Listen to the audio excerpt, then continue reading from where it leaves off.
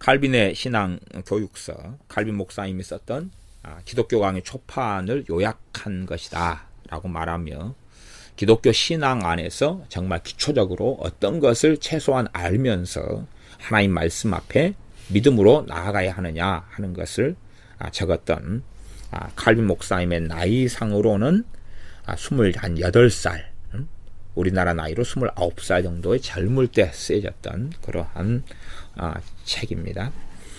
26번째 챕터 장인 성내전들부터 마지막 33장에 있는 주제까지 그렇게 마지막 시간 읽어가면서 나누도록 하겠습니다.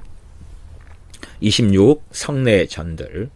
성내전 그러면 세례와 성찬을 이야기합니다. 하나님께서는 성내전들을 제정하신 목적은 하나님과 사람 앞에서 믿는 자들의 신앙을 훈련하기 위한 것이다. 성내전을 제정하신 목적이 믿음을 훈련하시기 위함이다 라고 이야기합니다. 믿음을 훈련하시기 위함이다. 그런 이야기를 합니다. 이 성내전들은 하나님의 진리를 확고히 하는 점에서 하나님 앞에서 우리의 신앙을 훈련시킨다. 하나님의 말씀을 확고하게 만드니까 우리의 하나님 안에 뿌리 내리는 것이 더 성내전들을 통하여 더 깊이 내려갈 수 있다는 것이지요. 주님께서는 하늘에 속한 높은 진리를 땅에 속한 것의 형식을 빌어 우리에게 제시하셨다. 그러나 물, 떡, 그 다음에 포도주 같은 것이 그 자체가 무슨 의미를 갖는 것이 아니라 주님의 말씀의 의미가 이 물과 떡과 포도주를 통해서 매개로 드러난다. 말씀 속에 포함된 하나님의 약속이 항상 선행한다. 그러니까 하나님의 약속이 먼저이고 거기에 따라서 어떤 것을 매개체로 사용하는 것이지 어떤 게 매개체가 선이 아니다는 이야기입니다. 그런데 주님께서는 우리의 부족한 이해 능력을 감안하시어 이 말씀 안에 포함된 약속을 확인하며 인치는 표지를 덧붙여 주셨다. 표지는 사인이라고 말입니다. 표지, 사인. 그래서 이 표지를 가지고 우리가 표지판을 보면서 어떤 이정표를 삼아가지고 목적지로 가는 것처럼 이러한 역할들을 이 성내전들이 한다는 것입니다. 왜냐하면 우리의 신앙은 너무도 보잘것없고 연약하기 때문에 가능한 한 모든 수단들을 동원하여 떠받치지 않는다면 곧 흔들리고 요동하여 뒤엎어질 것이기 때문이다. 우리의 믿음이 너무 연약해질 수도 있고 연약한 상태 속에 많이 있기 때문에 하나님께서는 세례와 성찬이라는 이 땅에 있는 매개체들을 사용하여서 우리의 믿음을 세우고 떠받들기를 원하시기 때문이다. 그렇다 하는 것입니다. 더욱이 믿음이 공적인 인정으로 표현되며, 공적인 인정이 세례받는 것이고 성찬하는 것이지요. 공적으로 주님께 찬양을 올려야 할 경우에 이 성내전들은 우리의 믿음을 사람들을 향해서도 발현하게 된다. 다른 사람들에게 우리의 믿음이 나타나고 드러나서 다른 사람들, 불신자까지라도 이 성내전들을 통한 유익을 얻게 된다 하는 것입니다. 과거의 세례 같은 경우도 침례로서 강가에서나 공개적으로 받았고 이렇게 하였지요. 27. 그러면 성내전이란 무엇인가? 그러므로 성내란 우리의 연약한 신앙을 지탱하기 위하여 주님께서 이것을 통하여 그의 선하신 호의를 우리에게 제시하시며 증거하시는 외적인 표지이다. 표지는 표징이란 말로도 바꿀 수 있습니다. 표식이다, 사인이다, 이런 걸로 바꿀 수 있습니다. 혹은 보다 간결하고 분명하게 말한다면 성례란 하나의 외적인 표지에 의하여 선포된 하나님의 은혜에 대한 증언이다. 하나님의 은혜를 증거하고 증언하는 것이다. 세례가 얼마나 하나님께서 그의 아들을 통하여 그의 죽으심을 우리의 죽으심으로, 또한 그의 부활을 우리의 부활로 부르시는 복음의 영광이 드러나는 게 세례고, 성찬도 복음의 영광과 은혜를 우리에게 이 성례전을 통하여 외치는 것이다 하는 것입니다. 교회가 사용하는 성례전은 오직 둘 뿐이다. 하나는 세례고 다른 하나는 성찬이다. 그다음 구체적으로 이제 28, 29의 세례와 성찬을 각기 한 주제로 설명합니다. 28 세례. 세례가 하나님으로부터 주어진 목적은 두 가지가 있는데, 첫째는 하나님에 대한 우리의 신앙을 돕기 위함이다. 두 번째는 우리의 신앙을 사람들 앞에 고백하는 것을 돕는 것이다. 세례가 없이 우리가 가진 하나님에 대한 믿음과 그의 독생자 아들이신 예수님에 대한 믿음을 우리가 다 사람들 앞에 고백하고 하려면 쉽지가 않지요. 근데 세례를 통해서 우리의 신앙을 고백하며 우리의 믿음을 확고하게 세우는 데 돕는다는 것입니다. 믿음은 자비하신 아버지 하나님께서 그리스도와의 교통을 우리에게 허락하시는 약속을 바라본다. 그리하여 우리는 그리스도로 옷 입고 이 그리스도의 모든 좋은 것에 참여하게 된다. 무엇을 통해서요? 믿음을 통해서 그렇다는 이야기입니다. 하지만 세례는 특히 두 가지 사실을 표현한다. 하나는 그리스도의 보혈로 죄 씻음을 얻는 것이다. 세례를 통하여서 씻음을, 세례는 물속에 들어가 담그고 씻는 것이잖아요. 이게 세례 안에는 무엇이 포함되냐 하면 죄 씻음이 포함된다는 것입니다. 세례는 물로 씻는다 그 말이, 물로 씻어요. 그래서 이것이 진짜로 죄를 씻는 것이 아니라 죄를 물로 씻었다는 것을 확인하는 증거가 된다 그 말이죠. 우리 주님의 피로 내가 씻겨졌다는 것을 확실히 하는 증거고, 이 표징을 통하여서 그 확실한 믿음 가운데서 나아가라고 부르시는 것이라는 겁니다. 다른 하나는 십자가의 죽음으로 말미암는 육체의 죽음이다. 우리 육신이 죄에 대하여 죽었다 그 말이죠. 죄에 대하여 죽었다 하는 것을 이야기한다는 것입니다. 주님께서는 죄 사함을 위한 세례를 그의 사도들에게 명령하셨다. 마태복음 28장 19절, 사도행전 2장 38절, 죄 사함을 위한 세례를 명령하셨다. 사도 바울 역시 교회가 신랑 되신 예수 그리스도를 통하여 거룩하여지기를 가르친다. 그리고 바울은 물로 죄 씻음을 받아 생명의 말씀에 이를 것을 가르친다. 또한 바울은 로마서 6장 3절에서 11절에 우리가 어떻게 그리스도의 죽음으로 세례 받는가를 말해준다. 이게 본질적인 세례를 이야기한다 그 말입니다. 주님의 죽으심으로 더불어서 우리가 세례 받았다 하는 이야기입니다. 그러므로 세례라는 것은 제가 이제 부연하여 설명하면 세례는 크게 한 세 가지 세례가 있다라고 말할 수 있습니다. 하나는 주님의 세례입니다. 주님의 세례. 이게 주님께 세례 요한에게 받으신 세례를 이야기하는 게 아니라 주님께서 친히 성경에 말씀하시기를 내가 받을 세례가 있다라고 말씀하시는 것입니다.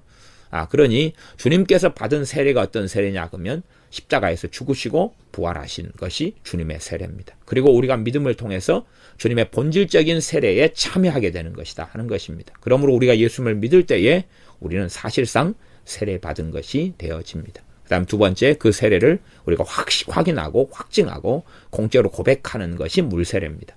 그러니 물세례를 통하여 구원받게 되는 것이 아닙니다. 성경에 있는 세례가 이 본질적인 주님의 세례를 근거로 하여 이야기하는 세례 부분과 우리의 물세례의 부분이 이렇게 나누어지는데 그 부분을 잘 구별해야 될 필요가 있습니다. 세 번째는 주님의 세례를 근거로 해서 우리가 받게 되는 성령 세례가 있습니다. 그래서 우리가 다 한 몸으로 성령님을 통하여 세례받았다라고 성경은 이야기합니다.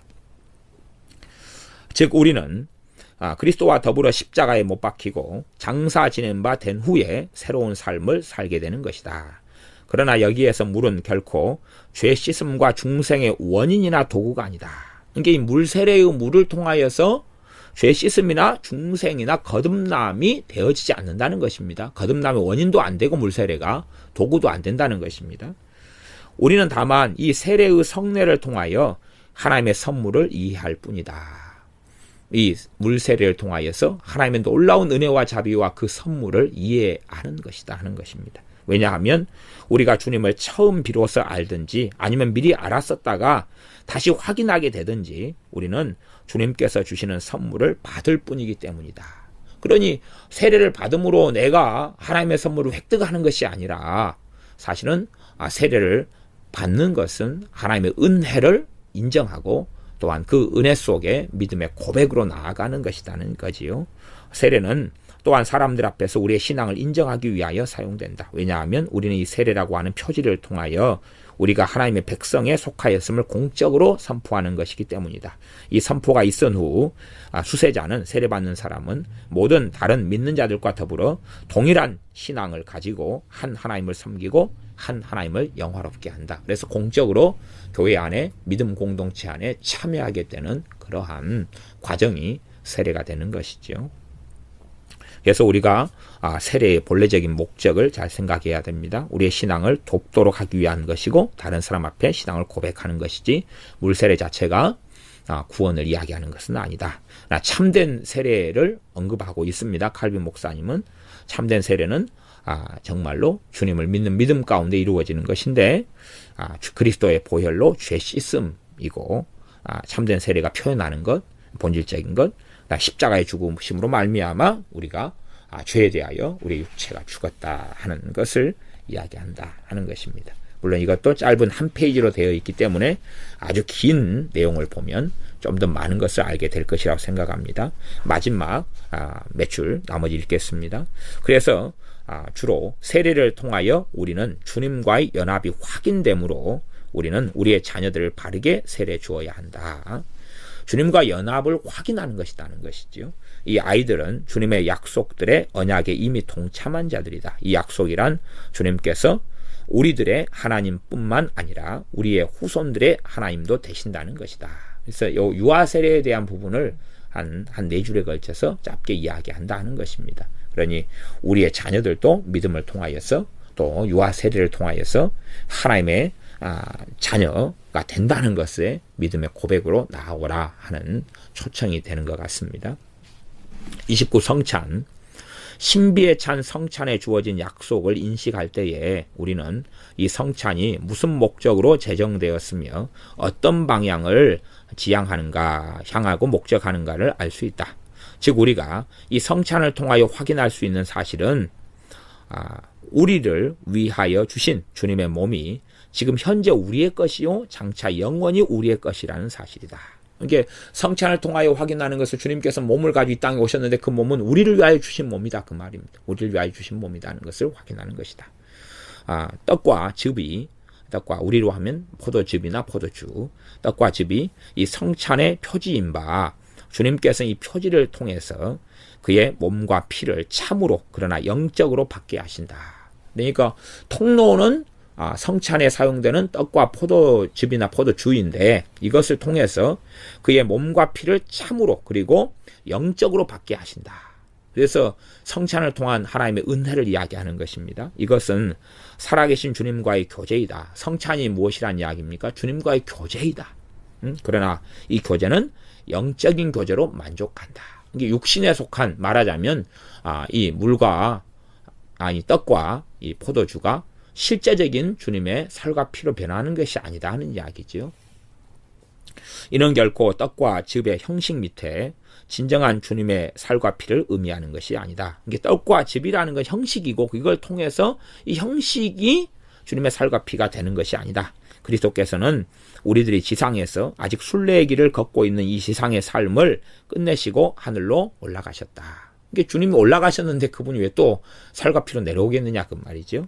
그러나 하늘에 계신 주님은 그의 백성들에게 자신을 허락하시어 교제케 하시기 위하여 전혀 거리감이 없으시다. 그래서 교제하는 그러한 통로와 방편으로 성찬을 세워놓으셨다는 것입니다. 예수 그리스도는 성찬에서 이 교제의 사실을 아주 분명히 교훈하시기 때문에 우리는 그리스도 자신이 그의 모든 풍요로운 것들과 더불어 우리에게 주어진다는 사실을 전혀 의심하지 않는다. 그때 우리는 그를 눈으로 보듯이 손으로 만지는 듯이 성찬에 참여함으로 그와 교제한다. 주님의 영적 임재는 성찬을 통해서 영적 임재가 있다 그 말입니다. 그렇게도 강하고 효과적이어서 그는 우리에게 영생에 대한 확신과 부활체의 영생을 확실히 해주신다.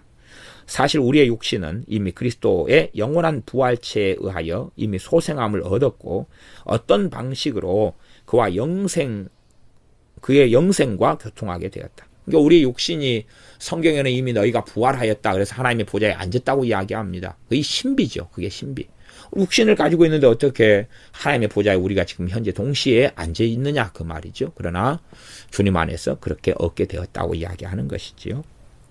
그래서 떡과 즙의 형식으로 주님의 몸과 피가 우리에게 주어지는데 그 목적은 그것이 그것이 우리의 것이고 우리를 위한 생명과 영양이라는 사실을 알기 위함이다. 이런 까닭에 이 떡이 그리스도의 몸으로 봉헌될 때에 우리는 즉시 다음의 비유를 생각해야 된다. 그래서 이제 떡과 포도주를 먹고 마시면서 이런 비유 속에서 우리가 주님과 교제하기를 원한다는 것이죠. 즉 우리의 몸이 우리의 빵이나 밥을 먹음으로 영양분을 공급받고 생명을 지탱하며 보존할 수 있듯이 우리 영적인 삶은 저 그리스도의 살과 피로 우리의 삶을 영위한다는 것이다 하는 것입니다. 세상에 빵인과 물 같은 것 이런 것이 우리의 생명을 유지하는 것처럼 주님의 살과 피로 우리의 영적인 생명이 유지가 되고 영원한 삶을 영위한다는 것입니다. 만약에 포도주가 피의 표지로 우리에게 제공될 때에 우리는 그리스도의 피를 영적으로 받아 우리의 영적인 삶을 윤택하게 한다.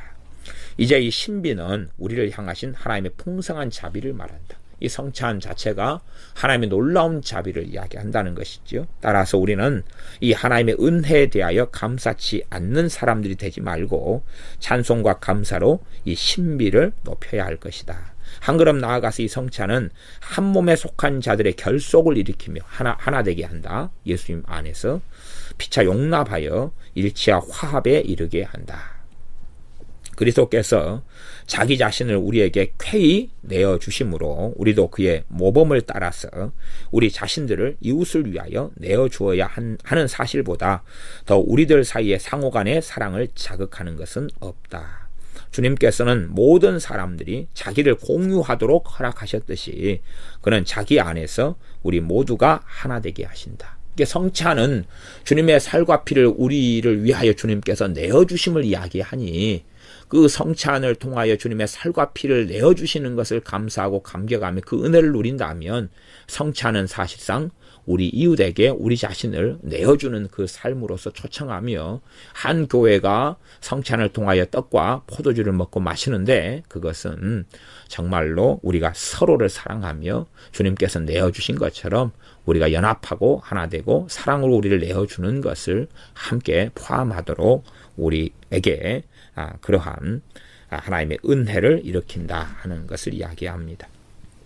그래서 좀 약간은 어려운 말들로 되어져 있는 것 같지만 성찬과 세례의 본질적인 의미를 다소 설명하고 있고 성찬을 통해서 믿는 신자들이 어떠한 길과 삶을 걸어야 할 것인가 하는 것을 이야기합니다. 30번 교회의 목사들과 그들의 권한. 주님께서는 그의 말씀과 성례, 세례와 성찬이 인간들의 목회 사역을 통하여 베풀어질 것을 원하시기 때문에 교회를 위하여 목사들을 안수하여 세우셔야 했다. 이들 목사들은 공적으로든 사적으로든 하나님의 말씀을 순수하게 가르쳐야 하며 성례를 베풀어야 한다. 그리고 교회에서 모범을 보여 모든 믿는 자들을 거룩하고 순결한 삶으로 인도해야 한다.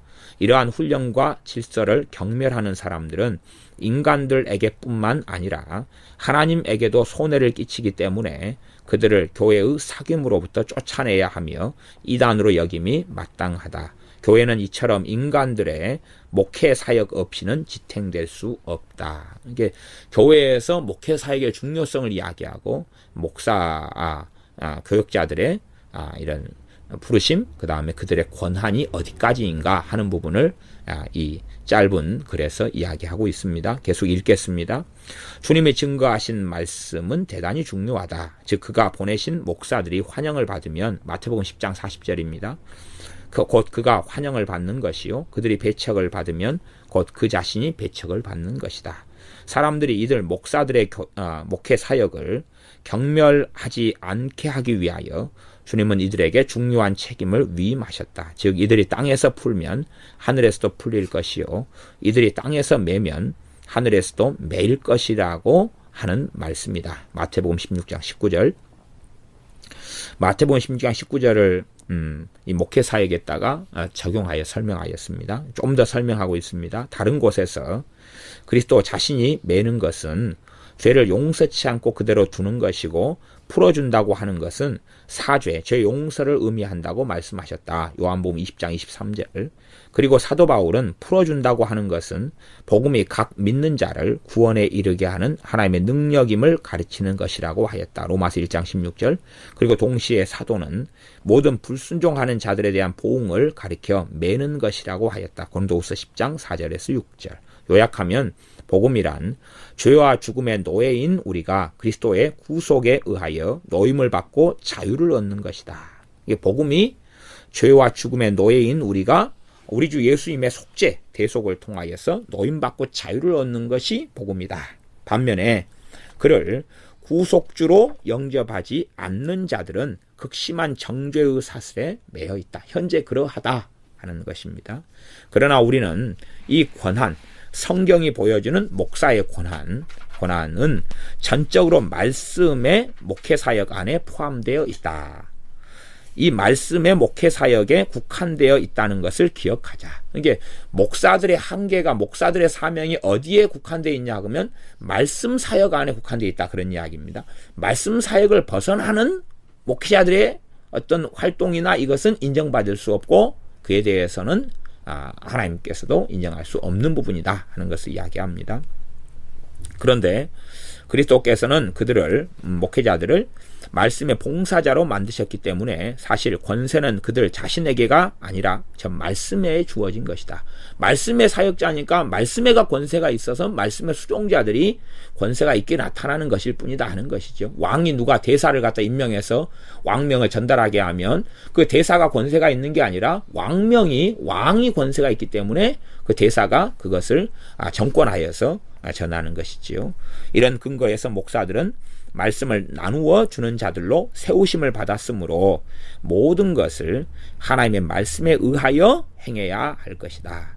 목사들은 하나님의 말씀의 위엄을 높이고 이에 순종하며 이에 자리를 내어주도록 이 세상의 모든 권세, 영광 및 교만을 억제해야 한다. 목사들은 가장 작은 일에서 가장 큰 일에 이르기까지 말씀으로 명령해야 하며 그리스도의 집인 교회를 세워야 할 것이다. 목사들은 양무리를 먹여야 하고 이리들을 죽여야 한다. 말씀을 수용할 준비가 된 사람들을 가르치며 권고해야 한다. 목사들은 반항한 사람들을 질책하며 권고하며 죄인임을 알게 해야 한다. 그런데 이 모든 것을 우리는 말씀에 의존해서 해야 할 것이다. 말씀을 따라서 모든 것을 가르치고 명령해야 되지, 그러니 말씀에 근거하지 않는 것들은 안 된다는 이야기지요. 그러나 목사들이 이제 말씀을 떠날 수가 있어요. 그래서 말씀을 목사들이 떠나서 자신들의 허황된 꿈이나 날조된 생각들로 돌아설 때에 그들은 이미 목사들로 받아들여질 수가 없다. 이 경우 그들은 사악한 늑대로 보여 결국 축출당하고 말 것이다. 그래서 말씀을 떠난 목사들은 사악한 늑대다 그 말이고, 그들은 축출당해서 축출당하고 말 것이다. 그러니까 그 말은 좀 애매합니다. 축출해야 된다 이런 이야기를 하는 게 아니라 축출당하고 말 것이다는 이야기를 합니다. 물론 목사들에게는 아까 앞에서 이리들을 쫓아내야 된다. 이것이 목사의 사명에 포함됐다. 그렇게 앞에 이야기한 바가 있습니다. 그리스도께서는 오직 하나님의 말씀을 가리키는 자들에게만 귀를 기울이라고 명령하신다. 이것이 목사와 목사의 사명, 사역에 대한 권한에 대한 이야기였습니다. 31장 인간의 전통들 주제입니다. 내용 읽습니다. 우리는 교회 안에서 모든 일을 질서 있게 정중히 처리하라는 바울의 일반적인 사상을 잘 알고 있다. 우리는 결코 일반 사회와 기독교인들의 모임들에서 질서와 정직, 평화와 일치를 유지시키는 규례들을 인간의 전통들이라고 부르는 것은 아니다.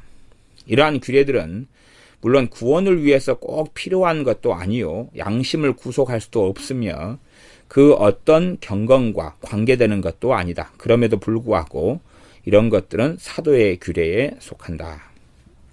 이게 우리가 믿는 사람만이 사는 사회가 아니잖아요.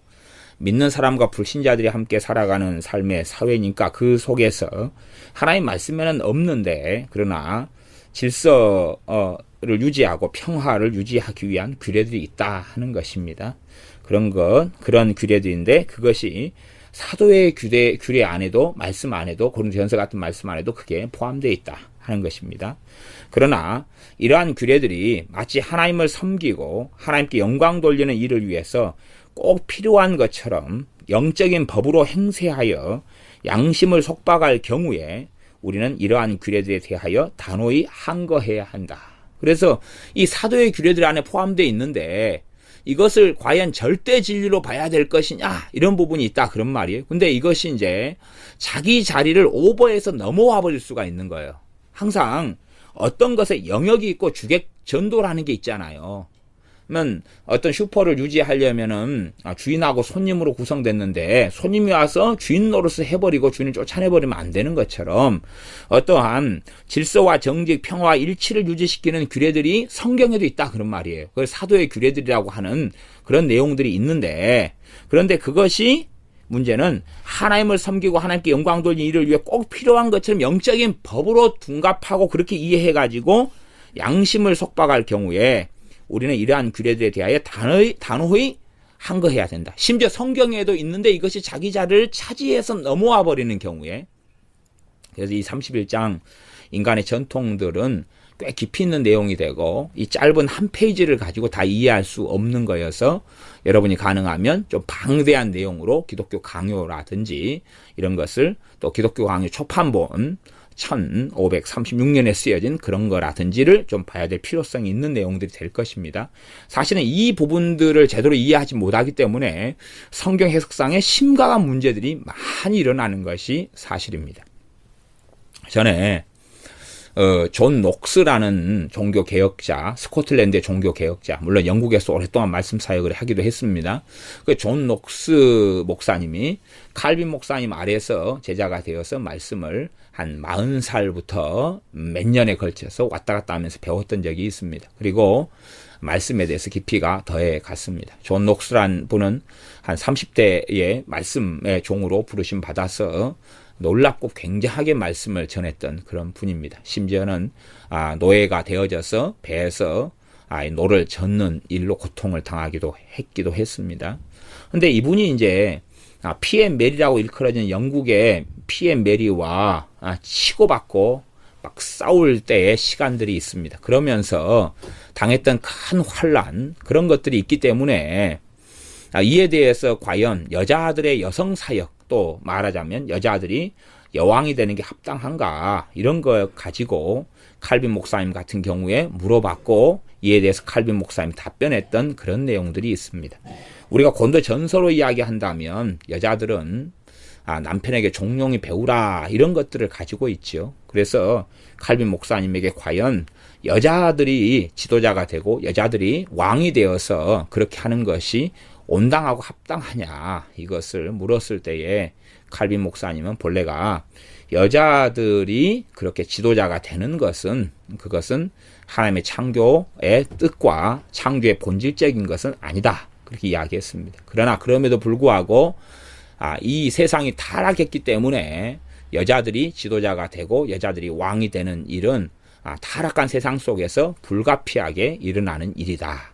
그리고 여자들이 여왕이 되어서 충분히 교회의 유모가 되어서 교회를 돌보는 그런 일에 쓰임받을 수 있고 부름받을 수 있다. 그렇게 이야기했습니다. 그럼 제가 비유적으로 그에 대해서 잠깐 더 설명한다면 예를 들어서 하나님의 창조 섭리는 뭐냐 하면 우리가 먹는 걸로 한다면 이빨로는 음식을 씹는 것을 하도록 하나님께서 부르셨습니다. 그러나 사람의 이빨이 다 빠져버린다면 무엇으로 살아야 합니까? 잇몸으로 살아야 되죠. 그럼 잇몸으로 음식을 잇몸은 씹으라고 하나님 주신 게 아니라 치아를 보존하고 지탱하라고 주신 것인데 그러나 치아가 없을 때는 잇몸으로 씹어야 한다는 것입니다. 그래서 과거에 드보라 여선지가 일어났던 것처럼 미리암 여선지자가 일어났던 것처럼 그런 것처럼 창조된 세상, 타락한 세상일수록 남자들이 다스리라고 부르심 받았는데 남자들이 그 역할을 다 제대로 못하게 될 때는 결국은 여자들이 하나님의 섭리상 그렇게 쓰임받을 수밖에 없는 것이지요. 가정교육이나 가정의 머리의 역할은 남자의 부르심인데 그 남자들이 구실을 제대로 못할 때는 결국은 여자가 할 수밖에 없는 그런 것이 될 수밖에 없는 것입니다. 그래서 칼빈 목사님 같은 경우는 이 타락한 세상, 죄 가운데 있는 세상이기 때문에 여자가 지도자가 되고 여자가 왕이 되고 여왕이 되는 일은 불가피하게 일어나고 이것이 하나님의 섭리 속에서 용인되는 것이다 라고 이야기했습니다. 우리나라 같은 경우는 합동교단 같은 경우는 여성 안수, 여자 목사 안수를 인정하지 않고 지금도 있습니다만은 그런 부분에서 이 31장 인간의 전통들이란 부분을 좀 많이 깨닫고 살펴보고 안다면, 그래서 칼빈 목사님에게 그 성경을 배운다면 칼빈주의라고 하는 이러한 장로교 가장 장자 교단 중에 하나인 합동에서 그러한 주장이나 해석의 어리석음을 얼마간 깨달을 수 있을 것이다. 저는 그렇게 생각하는 바가 있습니다. 계속 읽겠습니다. 왜냐하면 이러한 규례들은 그리스도께서 우리를 위하여 확보해 주신 자유를 파괴할 뿐만 아니라 진정한 신앙을 모호하게 만들며 하나님의 위엄을 땅에 떨어뜨리기 때문이다. 그러니까 그 앞에 것까지 해서 제가 설명한다면 장소와 위치를 어그러진다 하는 이야기죠. 부엌에가 부엌칼이 있는 건데 부엌을 떠나버린 부엌칼이 어떻게 쓰이겠느냐는 겁니다. 하나님은 오직 그의 말씀을 통해서만, 그리고 이 말씀에 의해서만 우리의 양심들을 통치하시기를 원하신다. 다음의 말씀은 확고부동한 진리이다. 즉 우리가 그리스도에게 속했을진데 모든 것이 우리의 것이다. 인간들의 계명들에 불과한 가르침들을 가르칠 때에 우리는 하나님을 헛되이 섬기는 것이다. 그래서 성경 안에 나와 있는 어떤 규례들이 있는데 그러한 규례들이 그 목적에 맞게 그 규례가 존재하고 질서와 정직과 평화와 일치를 위하여 존재하는 이러한 규례들도 있다는 것입니다. 있는데 그것이 이제 오히려 더 상위법을 넘어버리게 될 때 문제가 된다는 것이죠. 제가 비유하자면 법률이나 규례가 규칙, 조례가 있는데 헌법 자체를 무너뜨려 버리면 그것과 어긋나면 어떻게 하위법이 상위법과 대치함이 있을 수 있겠습니까? 그러하니 헌법이 바뀌지 않는다면 헌법 안에서 법률과 조례 같은 것은 만들어져야 하는 것처럼 이런 의미에서 성경에 여러 말씀들이 있는데 그런 부분을 잘 이해해야 됩니다. 실제로는 구약에 있어서 안식일에 관련된 많은 조항들도 안식일의 본질하고 그 조항들 사이의 관계가 이와 비슷하다라고 제가 짧게 말씀드리겠습니다. 31장 인간의 전송들은 한 페이지로 간략하게 되어져 있지만 이에 대한 내용으로 깊이 들어가려면 좀 많은 시간들을 투자하고 그렇게 해서 깊이 들어갈 충분한 가치가 있는 장이 될 것입니다. 마지막에 이제 32장 3장 2장 남았죠. 32장 출교 제가 읽겠습니다. 참 출교에 대해서 잘 설명하고 있는 장인 것 같습니다. 음행하는 자들, 간음한 자들, 도둑들, 살인자들, 수전노도 나왔습니다. 수전노. 돈에 대해서 탐욕에 찌들어서 정말로 막 아끼고 구두쇠로 살아가는 강도들, 불법을 행하는 자들, 악질들, 그다음 탐욕자들 막 욕심을 부리면서 가는, 그다음 술 취한 자들, 파당을 일으키는 자들, 모든 것을 탕진하는 자들, 이게 다 써버리고 말아서 충분히 뭔가를 가지고 있는데 그냥 먹고 놀고 마시고만 탕진하고 써버리는 그런 삶을 살아가는 사람들. 이런 사람들을 충고한 후에 그 후에도 이들이 자신들의 잘못을 교정하지 않는다면 믿는 자들의 무리에서 제외시키고 축출시켜 버리는 행동이 곧 출교이다. 그래서 이러한 사람들을 충고하고 그래도 잘못을 교정하지 않는다면 믿는 자들의 무리에서 제외시키고 쫓아내는 것이 출교다. 그런데 교회는 이 출교에 의하여 그들을 영원한 파멸과 절망으로 내던져 버리는 것이 아니다.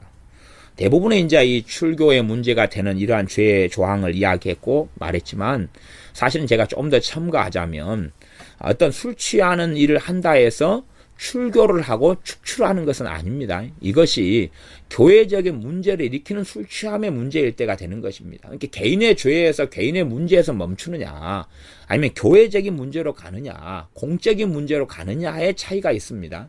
단지 개인적인 문제로만 간다는 것과 이게 공적인 문제가 된다. 이 두 가지가 아주 완전히 불과 분리 속에 완전히 분리될 수 있는 성질의 것은 아닙니다. 그래서 좀 복잡한 문제도 많이 성결합니다만은 그런 이해를 가지는 것도 좀 더 잘 이해하는 그러한 지혜가 될 것입니다. 계속 제가 읽겠습니다. 교회는 단순히 그들의 생활 태도와 삶의 자세를 정죄할 뿐이요, 그들이 자신들의 잘못을 교정하지 않을 경우 교회는 그들에게 정죄되었다는 사실을 확신하게 해주어야 한다. 말하자면 그들을 쫓아냈다 해서 그 출교했던 행위 자체가 그들은 너희는 지옥에 간다 이것을 이야기하는 게 아니다 그 말입니다. 출교 자체는 그들은 그들의 생활 태도와 삶의 자세를 정죄하는 것이다 그 말이죠. 사람 자체를 정죄하는 게 아니라 그런 삶 자체, 그런 자세 자체를 정죄하는 것이고, 그들이 잘못을 교정하지 않을 경우에 교회에게 그들 자신이 정죄되었다, 이게 지옥에 간다 그런 이야기가 아니라 너희는 지금 심각한 잘못을 지어서 유죄가 되었다 하는 것을 확신하게 해주는 것이 출교다 하는 겁니다. 그래서 이 권징은 이 권징, 교회의 권징 가운데 가장 큰 것이 출교죠. 근데 이 출교라는 권징은 믿는 사람들에게 꼭 필요하다. 꼭 필요하다. 말하자면 어린아이들은 초달을 하면 잘못을 쉽게 바로잡지만 어른들은 초달을 해줄 리가 없죠. 근데 교회의 권세와 권위 속에서 이 초달해주는 것을 어떤 면에서 교회의 권징이다 이렇게 말할 수 있습니다. 믿는 사람들에게 이 권징은 꼭 필요하다. 왜냐하면 교회는 그리스도의 몸인 까닭에 교회의 머리 대신 예수 그리스도를 욕되게 하는 악취를 풍기는 그러한 사람들에 의하여 오염되어서는 안 되기 때문이다. 더군다나 성도들이 나쁜 무리들에 의하여 부패되어서는 안 될 것이다. 그러니까 이런 사람이 교회 안에 존재하고 있다면 그 사람은 누룩이 되어져서 쓴뿌리가 되어져서 이들을 다른 사람들도 오염시키고 더럽게 한다 그 말이죠. 그렇기 때문에 출교라는 권징을 사용해야 한다는 겁니다. 그런데 이 권징은 후자와 같은 썩은 냄새 나는 사람들의 악한 행동을 벌하기 위해서도 꼭 필요하다.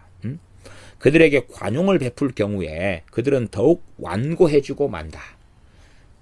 그들을 권징을 통해서 창피를 주어 자신들의 잘못을 교정하게 해야 한다. 만일 그들이 잘못을 고친다면 교회는 그들을 친절하게 성도의 교제와 성찬에 다시 참여시켜야 하며 그들이 제외되었던 성도들의 유대에 다시 참여시켜야 한다. 아무도 이 교회의 심판을 완고하게 경멸하지 않으며 믿는 자들에 의하여 정죄받은 사실을 소홀히 여기지 않기 위하여 주님께서는 이와 같은 믿는 자들의 심판은 곧 주님 자신의 판결이나 다름없다고 증거하셨고, 믿는 자들이 이 땅에서 하는 일이 하늘에서도 인준받을 것이라고 증거하셨다. 마태복음 18장 15절에서 18절입니다.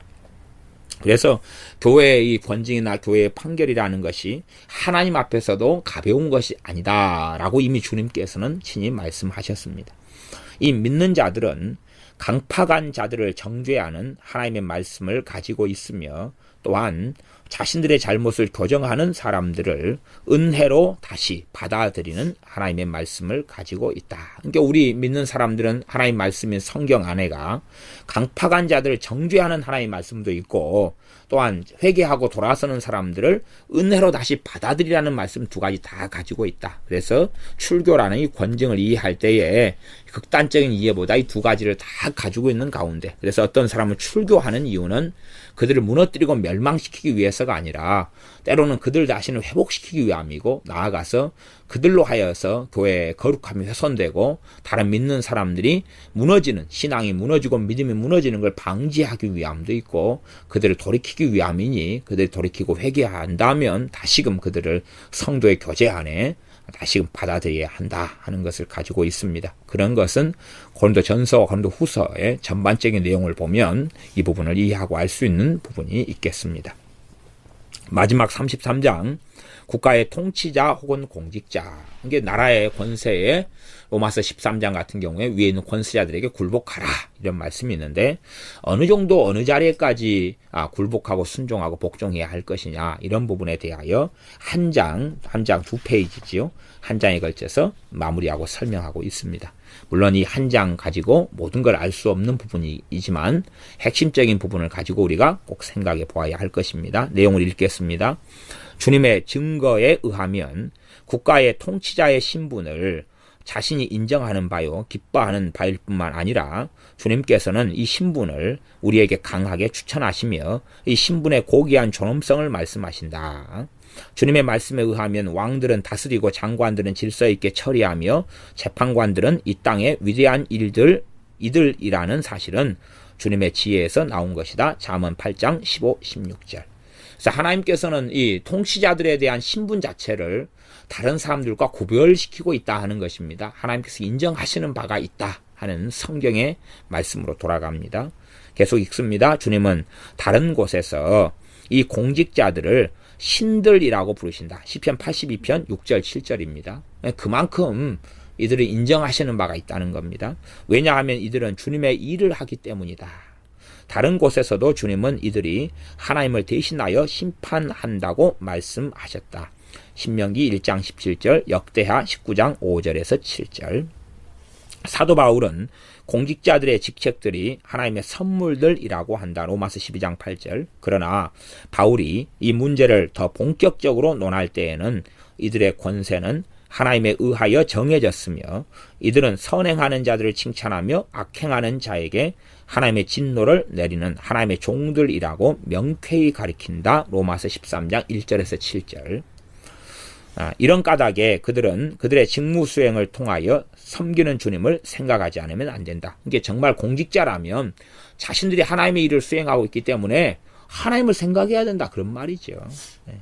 하나님의 종으로서 마땅히 해야 할 일을 하지 않으면 안 된다. 그들이 수행해야 할 일은 신앙의 공적인 형식이 순수하도록 지켜야 한다. 말하자면 이 공직자들이 해야 될 첫 번째 것은 뭐냐 하면 믿음이 말씀 안에 순수하도록 해야 되는 사명도 가지고 있다는 것이죠.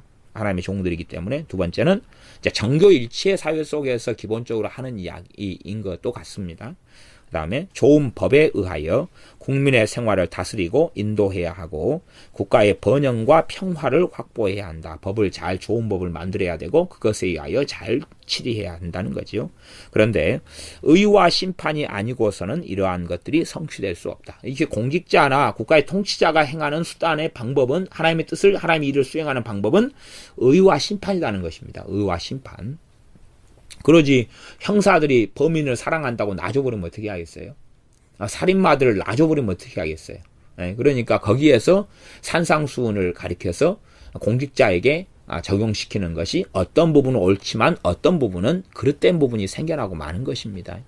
형사들에게 누가 살인마가 사람 10명 죽이고 11명째 죽이려고 걸어가는데 오른밤을 치는 자에게 왼밤도 돌려대라 그래가지고 형사가 한 대 맞고 내보내고 형사가 도피할 자금을 달라고 하면 통장과 통장 계좌번호, 통장 도장까지 다 넘겨주고 비밀번호까지 넘겨주면 어떻게 하겠냐 그 말이죠. 그러니까 의와 심판으로 이 국가의 통치자들은 행해야 한다고 이야기하는 것입니다. 이 의와 심판은 예언자에 의하여 특별히 공직자들에게 추천되었다. 예레미야 22장 1절에서 9절입니다. 그런 예레미야 22장 1절에서 9절을 깊이 있게 읽어볼 만합니다. 정의는 의지요. 정의는 무죄한 자들을 보호하고 유지하며 자유케 하는 것이며 정의를 통하여 무죄한 사람들을 보호해야 한다 그 말이죠. 법상으로 국가 법상으로 하는 이야기입니다. 그 다음에 보호하고 그들을 자유케 하는 것이고 심판이란 악한 자들의 뻔뻔스러움을 물리치며 폭행자들을 억제하고 비행자들을 벌하는 것이다. 그래서 폭행하는 사람들이 법이 있고 심판이 있기 때문에 그들을 억제한다 그런 말이 억제한다. 법이 있기 때문에. 법이 없다면 얼마나 마음대로 그냥 슈퍼 가서 물건을 도둑질하고 털고 우리가 캘리포니아 사태 같은 걸 많이 경험하고 듣지 않습니까? 다른 한편 통치자들과 국민의 상호 의무다. 왕과 왕의 신하들을 존경하며 그들을 두려워할 뿐만 아니라 그들의 구원과 번영을 위하여 주님께 기도해야 한다.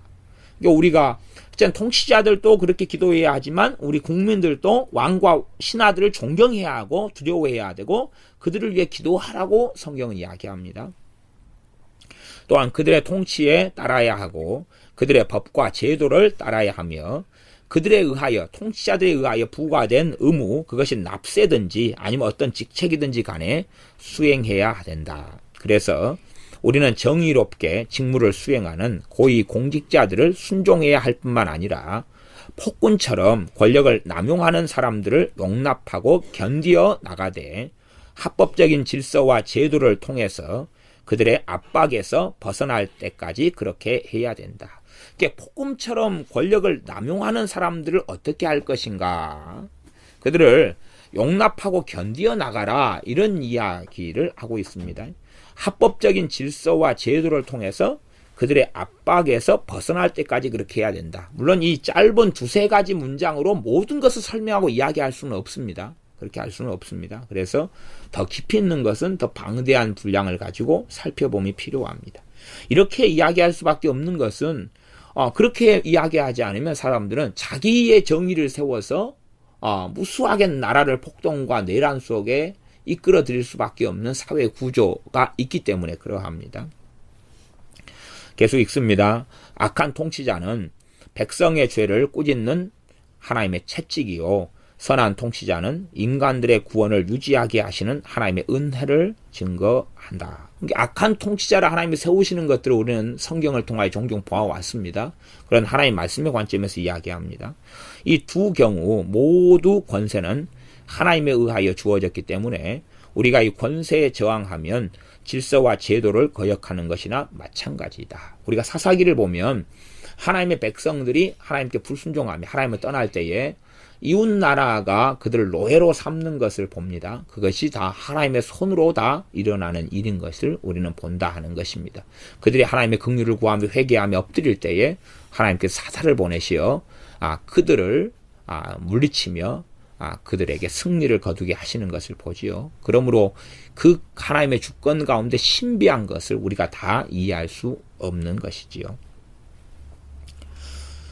그래서 그런데 고위 공직자들에 대한 순종으로부터 우리는 항상 한 가지 사실을 기대한다. 그러니까 반드시 염두에 두고 있어야 할 것은 있다는 것이죠. 상식적으로 생각하면 하나님 뜻과 어그러지는 고위 공직자들 요구에 대해서는 우리가 따를 수 없다는 것이죠.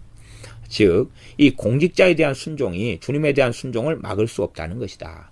주님에 대한 순종과 공직자에 대한 순종이 부딪힐 경우는 당연히 주님의 종으로서 주님의 사람들로서 주님에 대한 순종을 해야 한다는 것입니다. 모든 왕들의 명령들은 이 주님의 명령에 복종해야 된다. 그러니까 왕들조차도 주님의 명령에 복종해야 한다는 사실인데 자신들이 주님의 명령과 하나님의 명령과 어그러지는 이야기를 한다면 그것은 어떻게 되겠느냐. 그러므로 주님은 왕들 가운데 왕이시오. 누가 왕이라고 생각하면 자신의 위에 있는 만왕의 왕을 생각하고 기억해야 한다는 것입니다. 또한 주님께서는 일단 그의 거룩한 입을 열면 모든 사람이 그의 음성을 청종할 수밖에 없다. 이처럼 왕중 왕이신 주님께 복종하는 것을 먼저 한 다음에 우리는 우리를 다스리기 위하여 세워진 공직자들에게 순종해야 된다.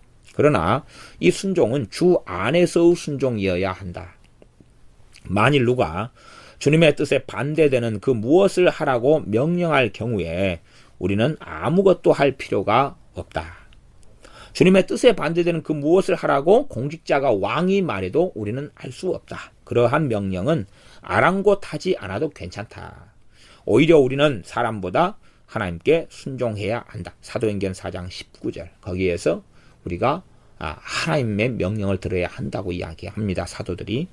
이사야 5장 13절 내 백성이 무지함으로 말미암아 사로잡힐 것이며, 이제 이 책 전체를 마무리하는 성경 구절처럼도 보이기도 합니다. 그래서 무지하기 때문에, 하나님 말씀에 무지하기 때문에 내 백성이 사로잡힌다 하는 이사야 5장 13절 말씀. 청년이 무엇으로 그 행실을 깨끗하게 하리까? 주의 말씀만 지킬 따름이니이다. 주의 말씀을 따라 삼갈 것이니이다. 이렇게 번역되어 있죠. 시편 119편 9절 말씀입니다. 그래서 하나님의 말씀을 알고 말씀을 깨닫고 말씀을 무지할 때에 사로잡히는 일이 벌어지고 하나님의 말씀을 통하여서 행실을 깨끗하게 할 수 있다. 이러한 두 말씀으로 이 얍실한 신앙 교육서의 책을 마무리합니다. 그래서 우리가 국가 통치자나 공직자는 존경해야 되고 그들을 위해 기도해야 되고 그들의 권력을 남용하는 폭군 같은 이런 자들은 어떻게 해야 되느냐. 첫째는 견디어 나가야 된다. 인내해야 된다.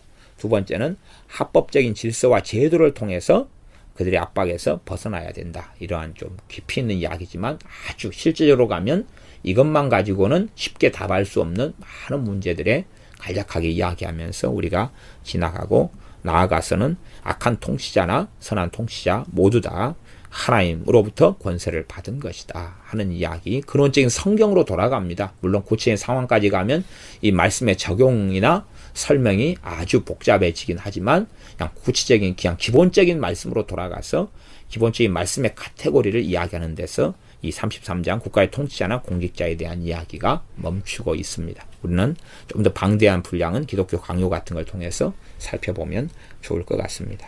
그래서 이 하나님의 말씀으로 마무리하는데 사도 이 칼빈 목사님이요, 이사야 5장 13절 내 백성이 무지함으로 말미암아 사로잡힌다. 하나님의 진리는 그러합니다. 하나님의 말씀은 하나님의 자녀들이 무지하면, 어디에서요? 하나님의 뜻과 하나님의 말씀에 대해 무지하면 사로잡힐 수밖에 없다는 것입니다. 마귀에게 억눌리고 사로잡히며 그들이 복음의 진리를 알고 진리를 믿음으로 받아들이면 자유케 된다. 그래서 진리를 알지니 진리가 너희를 자유케 하리라 하는 놀라운 주님의 말씀을 우리는 가지고 있습니다. 기도하겠습니다. 아버지 하나님, 우리가 이 칼빈 목사님의 신앙 교육서를 통하여서 33가지 주제에 대하여 함께 5시간에 걸쳐서 살펴보았습니다. 첫째는 우리가 마지막 주제 말씀을 통하여 성찬과 세례의 큰 하나님의 은혜 속에 들게 하시고 교회의 치리와 권징이 어떠하게 되는가를 살펴보며 깨닫게 하시며 국가의 통치자에 대하여 정말로 우리가 존경하고 그들을 사랑하게 하시며 기도에 대하여 우리가 정말로 주님 앞에 기도라는 선물을 통해서 하나님의 은혜의 보좌 앞에 날마다 나아가게 하여 주시옵소서. 또한 믿음이란 무엇인가를 깨닫고 알게 하시며 우리가 믿음 가운데 날마다 주님을 따라서 죽으며 거룩한 여정과 삶을 살게 하여 주시옵소서. 복음을 우리에게 주님께서 날마다 말씀 안에 증거하시오매 우리가 복음의 진수 속에서 살아서 주님의 놀라운 은혜를 증거하며 자랑하게 하여 주시옵소서. 마땅히 살아계신 아버지 하나님을 우리가 알아야 되며 말씀 안에서 우리가 어떤 존재이며 어떤 사람인가를 더 알아가면 알아갈수록 하나님을 의지하지 않고는 살지 못하오매 살아계신 하나님을 아는 지식을 주의 말씀을 통하여 가지며 얻게 하여 주시옵소서. 사도신경과 주기도문과 또한 십계명이라는 이런 진리를 우리에게 주셨사오매 우리가 성경에 요약되는 믿음의 고백인 사도신경을 통해서 우리의 믿음이 더 튼튼해지게 하시며 또한 주님의 근원적인 법인 10가지 계명 10계명을 통하여서 하나님을 영화롭게 하며 섬기는 예법을 배우게 하시며 주님의 기도인 주기도문을 통하여서 우리의 기도가 어떤 방향으로 나아가며 우리의 간구가 어떻게 주님 앞에 엎드려 구해야 할는지를 배우게 하여 주셔서 우리가 하나님의 말씀과 뜻 안에서 든든히 서게 하여 주시옵소서. 예수님의 이름으로 기도하옵나이다. 아멘.